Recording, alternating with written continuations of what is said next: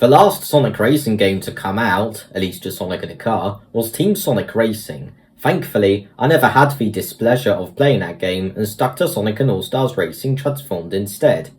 I was still waiting for a Sonic Racing game, or any racing game for that matter, to bring back the boat and plane from Transformed because they were just so good. And Transformed was better than anything the Mario Kart series had made back then. And it still is. When I saw the trailers for Sonic Racing Crossworlds, I was genuinely excited. Seeing the vehicles transform like they did back in Transformed had me hooked in. They haven't touched this transforming mechanic in a decade and they were bringing it back. Then I saw the gameplay, and I got concerned. The cars looked like they were driving incredibly slow and the drifting looked off. I was now cautiously excited for this game, since despite the bad impression the gameplay left on me, I still had hope for this game. The switching roles seemed like a great idea, and the amount of Sonic Racing games being referenced, from the Babylon Rogues and the Extreme Gears from the Sonic Riders series joining into that one track in the trailer, that looked a lot like Pirate Storm from Sonic and the Secret Rings, was nice to see. There was also that trailer that played during the Sonic Games Fest, where the crossovers were announced. We tried. But after those trailers, I just waited for the game to release. During that wait, there was an open beta test that took place, and once I found out how to download it, I played it to get some more thoughts on the game. That was a while ago, and now Sonic Racing Crossworlds is out and it costs... Brother, what's that? What's that, brother? Oh, for fuck's sake. I would consider buying it if it was £20. But now I'm writing a whole script about my thoughts on the time I had with the beta and explaining why I don't think there's any point of playing this game when Sonic and All-Stars Racing Transformed is right there and just a lot cheaper. So please just hear me out on this.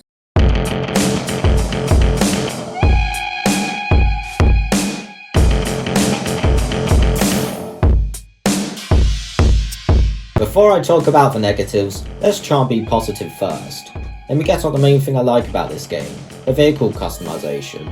Being able to pick between vehicles and prioritise certain stats, then being able to further customise your vehicle by giving it different parts, then decorating it with colour schemes and stickers, and further customising it with gadgets that change how you drive, is fantastic. I just wish we could place more stickers on the vehicles and overlap them. It gives you a lot of freedom with how you can make your vehicle look and how you can make it play, which lets you make your vehicle your own. Me personally, during the beta, I went with a boost oriented build that can get an air trick so quickly, and the collision boost is very good for when you're close to a lot of players, and better for the Extreme Gears specifically since it doesn't have much power and can get thrown off easily if you bump into other cars or vehicles with much more power. I played with this build for the entirety of the beta because it was the most fun. It relied on you chaining boosts together constantly to stay ahead, much like Sonic and All-Stars Racing Transformed did. The vehicle customization is by far the best part of the game, and the main reason I'd consider buying it. But there are a couple of other things that make this game not too bad. From the beta alone, I thought the tracks were right. They weren't anything special, but they weren't anything egregious either, so I can't really count them as a negative. I just don't think they live up to the Transformed tracks.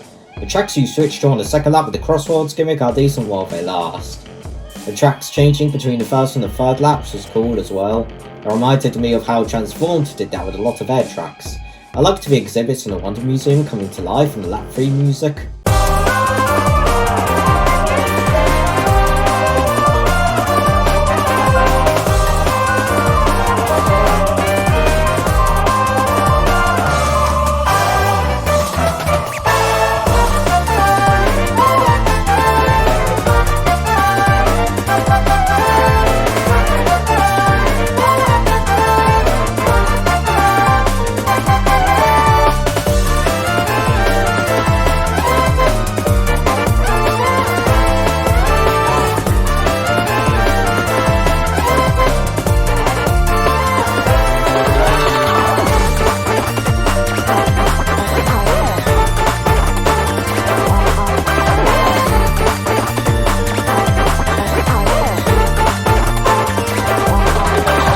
I'm mixed on the music in general, however.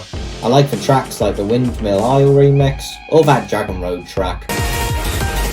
But then there's ones that let's just say, don't stick, like the rest of the lap 3 themes, where their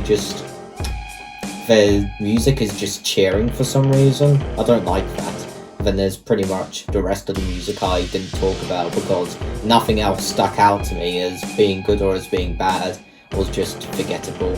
I did listen to the main theme recently though, and Sonic racing all around the world, staring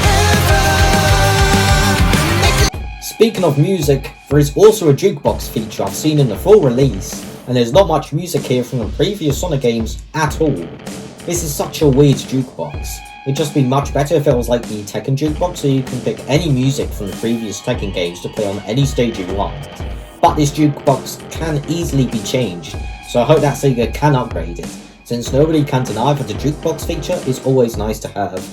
Include more soundtracks from the previous Sonic games, and the jukebox will be what it's supposed to be. Okay, back to positivity. The final positive I want to talk about with this game is the item roster. There are items that get last place players back into the race, and items which keep first place players from getting too far, like the King Boom Boo that always hits first place but leaves a stream of tornadoes that will hit any players within the blue circles behind first place. So this slows down first place consistently, but that player in first place also has the incentive to look behind them and slow the other players down with them, and said players behind them aren't handed the top position for free, like they would be if first place got hit by a blue shell in Mario Kart Wii for example. I can appreciate that, because in Sonic and All-Stars Racing Transformed, the item that would stop first place from getting too far ahead is a swarm, which could be avoided if the first place was good at driving, which they probably were, or if they were in a plane, in which case it was really easy to avoid. And on top of that, the massive Hornets, or I think they're called Sky Tigers, could be mitigated using items like fireworks or gloves, and the first place can get a super item box to get items such as free fireworks and a super glove to make dealing with the swarm even easier. So I can appreciate that the items in Sonic Racing Crossworlds are better when it comes to keeping all the players together. Also, I'm glad there's no ring items in this game. I fucking hate coin items in Mario Kart. Why are they still here? Why are they even introduced in the first place? They are so fucking bad. Alright, anyway, moving on. So, with the positives out of the way, I can start talking about the negatives. Before I get to the driving itself, I want to talk about how awful this HUD is while you're driving. So I'll start driving, and what the fuck am I looking at? Where am I going? Where is the track? Is this track in the room with us? I've never seen a HUD as cluttered and as hard to look at as this one before, especially in a racing game. Everything feels out of place and in your face, all just crammed in the screen. The only thing good about this HUD is the item display being at the top left. The top left is just the perfect place for item displays to be, I suppose. Look at how cleanly Sonic and All-Stars Racing Transformed HUD looks, for example. You have your position with a small indicator for what lap you're on poking out the right of it at your top left, your item list on the top right, and a small circle minimap at the bottom left, only showing you the information you need in the race. Even Mario Kart World, which everyone seems to compare this game to, does its HUD better than this game. Mario Kart World only shows your items at the top left, your position on the bottom right, and a small indicator for how many points you have and what lap you're on at the bottom left. My main gripe with the HUD in Crossworlds is the unnecessary information on screen and how out of place it feels in general. Now, you could just tell me to remove this HUD, but that doesn't negate any of the problems I have with it. In fact, the HUD removal options aren't free of criticism either. You're telling me I have to remove both the drift and air trick display? Why can't I just remove one of them? Same with the rings and speedometer. Why can't I just remove the speedometer and keep the ring count? And no, the speedometer turning gold and you get the maximum amount of rings doesn't count as an answer. Now, I'm not just going to complain here. Instead, I'm going to offer my own suggestions to fix this HUD. First, I'd straight up remove the speedometer from the default HUD, and of course, separate it from the ring count. But for those who do find a speedometer important, I'd have it like Mario Kart Wii has it with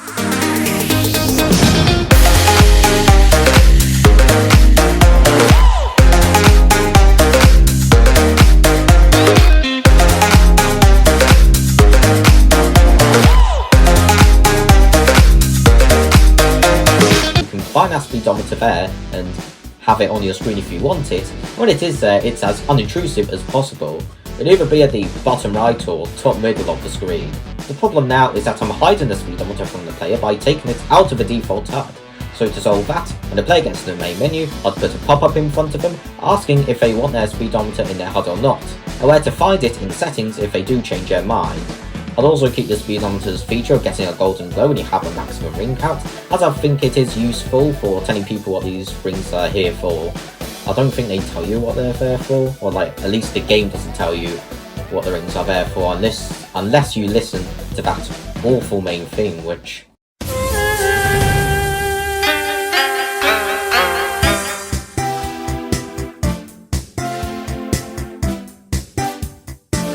Anyway, I'll leave a position display where it is because your position in the race is obviously very important, so I might as well leave it by where the road is, or where the player will be looking for most of the race. I'd then put the lap and ring counters at the top right since I think they're also important, but just not as important as the position you're in. Hold on, that doesn't sound right. So, the player will be able to take a glimpse of what lap they're on and how many rings they have, but I could also put the ring counter below where the position indicator is, since 100 rings are harder to keep track of than 20 coins, so it could be worth putting them down by the road as well. I'd also separate the drift gauge and air trick display so you can delete one and keep the other, but personally, I'd straight up remove both of these from the HUD entirely since the air trick display is useless, and the drift gauge ruins that little bit of challenge when it comes to timing your drifts correctly. Just building up that muscle memory of when exactly the spark on the back of your vehicle changes colour, and I don't think changing with gadgets justifies the drift gauge's existence enough to keep it there. You can still time your drifts just fine and build that muscle memory up just fine. And finally, there's a gadget display. Now, I'd just straight up remove that since I can already tell what gadget is being activated just by driving in the game. I don't need a display in the middle left to show me what gadget is being activated in a moment. Thankfully, the game already lets me remove this display by itself. But to fix it for others who find it useful, I'd probably just stick it down at the bottom right, yet again, by the road. Okay, now I think that should fix the HUD. Now, I can move on to the gameplay.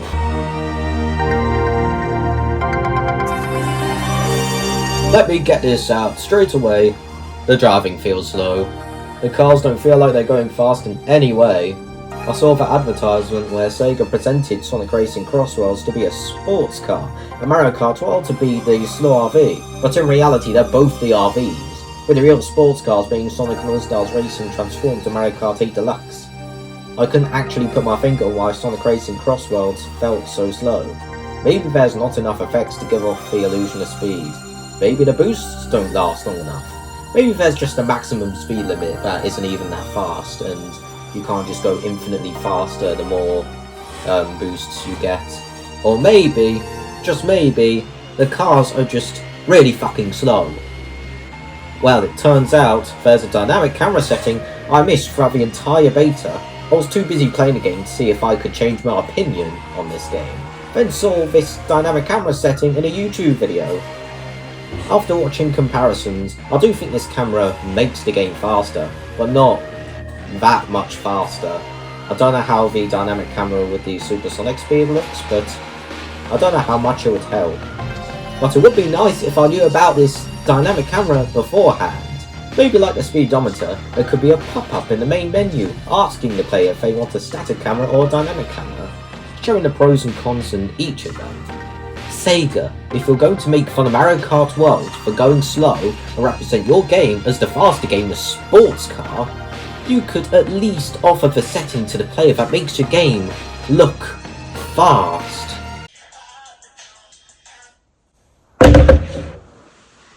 Conversations. We may need to have conversations. I even cracked my tablet. Wait. Alright, drifting feels weird too. I can get used to it. It doesn't mean it feels smooth. For some reason it just feels so unnatural and stiff. Like I'm drifting in mud. I use the extreme gear for most of the time because that did make the drifting feel a bit better. However, one thing I would want to point out is that in Sonic and All-Stars Racing Transformed, they had this nice feature where if, while drifting, you let go of the acceleration button, forward button, and keep hold of the brake button, You'll still be drifting, but your turn will become much sharper and you'll become much slower. I'm happy to say that they carried that over to Sonic Racing Crossworlds, so that gives you more options while drifting, which I like to see. And they also carried over the switch drift, which is very nice to see. Guess the drifting could almost be considered a positive in a way at the end, because they carried over those features. Tricking in this game, however, is much worse when it isn't transformed. The main reason for this being that you cannot fail stunts anymore. In Transform, if you hit the floor while flipping, you would have the announcer say, "Stunt fail!" and you'd lose all your speed as your punishment for being too greedy with trying to get as big a boost as possible. This required you to learn the track and know where you could trick and where you could not pull off tricks. And would reward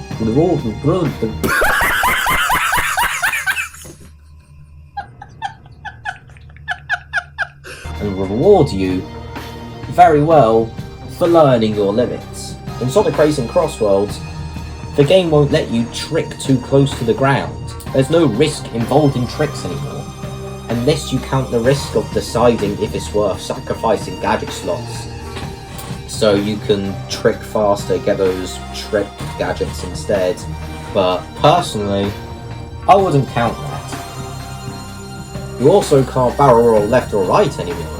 So while tricking, you can't really position yourself differently like in Transformed, and there's no risk boosts while playing in play mode anymore. Oh yeah, that's right.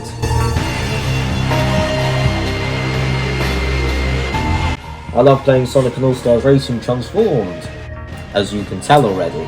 And when I saw the trailers for Sonic Racing Crossworlds, the main thing that hooked me in was the vehicles transforming like they did back then. And I'm so disappointed with how they handled the plane and boat here. I'm glad I was cautiously optimistic, otherwise I would have been even more disappointed. Not being able to perform risk boosts in the plane mode anymore makes those sections far more boring. Without that risk reward, all you can do is move over to the boost panels and drift. I don't know if it's just me, but I think it's much better in Transformed. Being able to reposition yourself or chain risk boosts with the barrel rolls while drifting definitely helped make the plane in Transformed just feel that much better. Double blow! New personal best! Great combo!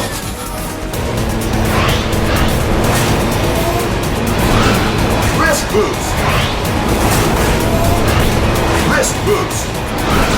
Risk boost! Risk boost!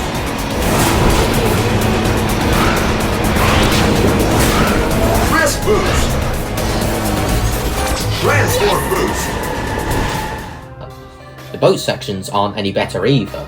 In Transformed, the boat was harder to steer than the car was. It was more slippery, which made sense because it was on water, and you're able to get air tricks in by going on ramps or by going off of waves like the massive ripple in the Panzer Dragon race on the second lap, I think. Or even just the smaller waves, like the small waves in the Race of Ages boat section, where you can get tricks in, but you also had to be careful that you didn't get the stunt failed and lose your speed. Sonic Racing Crossworlds changes the boat so that drifting doesn't make you drift. Instead, when you go for a drift, the boat doesn't go into any steering mode, but you charge a jump instead. It's the higher your number, the higher your jump, which is fine. This allows for challenge where the players need to time their jump correctly. And oh wait, that's it. The lack of any waves or ramps and the change to the drifting leaves a lot to be desired when in the boats in this game.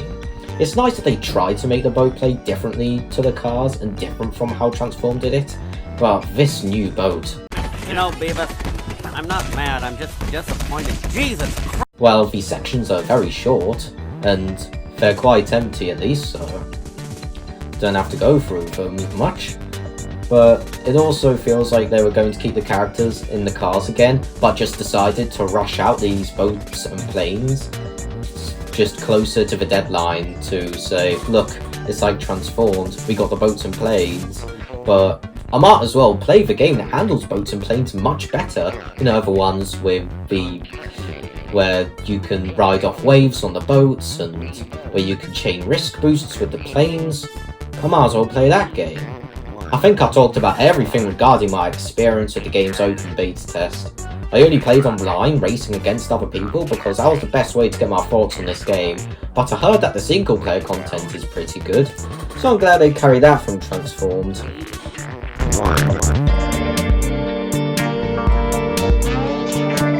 Now for the crossovers. I'm mixed on them. When I saw the amount of Sonic characters that were going to be in the game, from the Babylon Rogues to Sage to Eggborn, I hoped that Sega would just focus in on getting in as many characters from the Sonic universe as possible, but no, they just started to focus on the big crossovers already with the Summer Games Fest.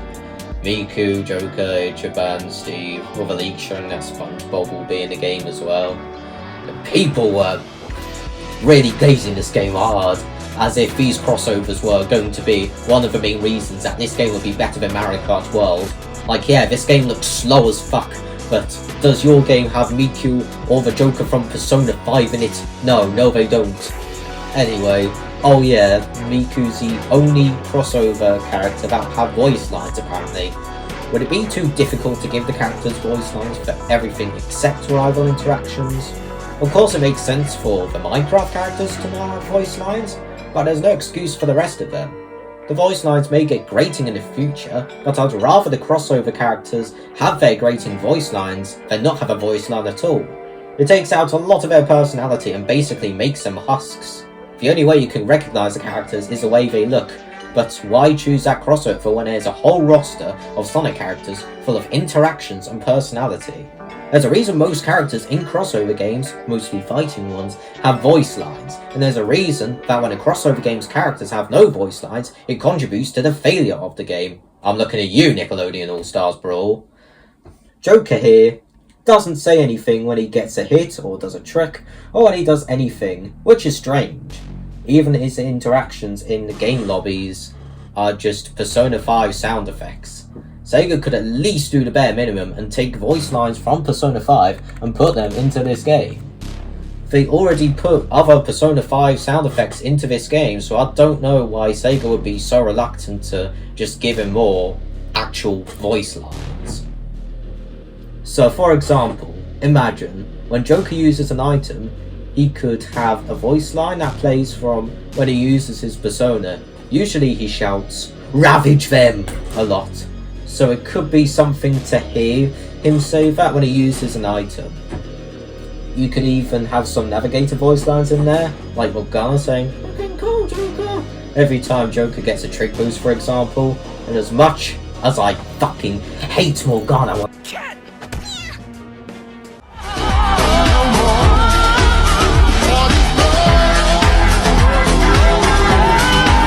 anything is better than nothing.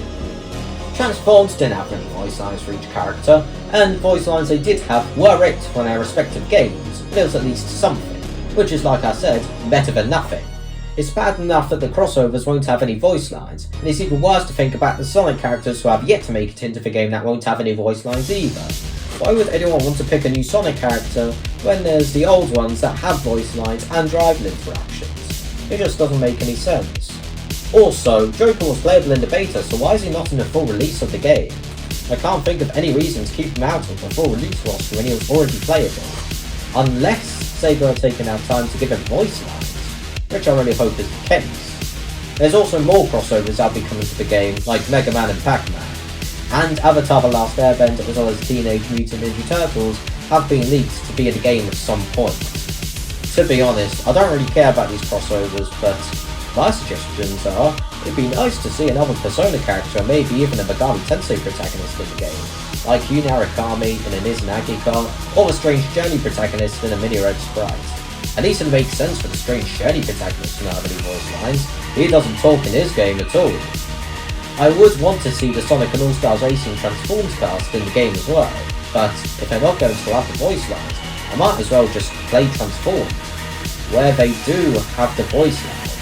But yeah, there's also the part where Transformed just has much better driving, so I might as well play the game that already has the Transformed characters with the voice lines with better driving.